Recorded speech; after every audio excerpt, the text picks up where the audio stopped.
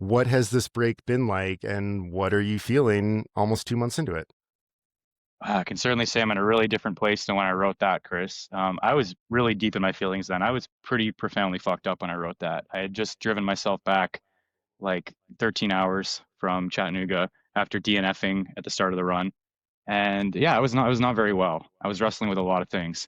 And I thought my triathlon career was over. And it wasn't the first time I thought that. Mhm. And so left with no other options, I just accepted I was going to take a break.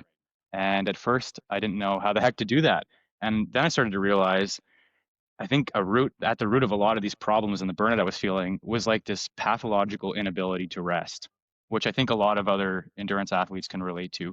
Like I started swimming as a 9-year-old kid, and pretty much from then on, I just launched myself headlong into one thing after another. Like if it wasn't sports, it was school and then work and then pro triathlon and then renovating my 130-year-old house. There was always something going on. And then I hit 35 and I was like, shit, I've never really taken a proper break in my entire career. Even once I learned, I mean, there were whole years that went by where I didn't take a day off swimming, biking, or running. But even once I stopped doing that, my so-called downtime would still be like rewiring my house or, building the studio in the backyard, like not restful activities, right? Mhm. So a couple weeks into that break, I accepted like I need to teach myself how to rest.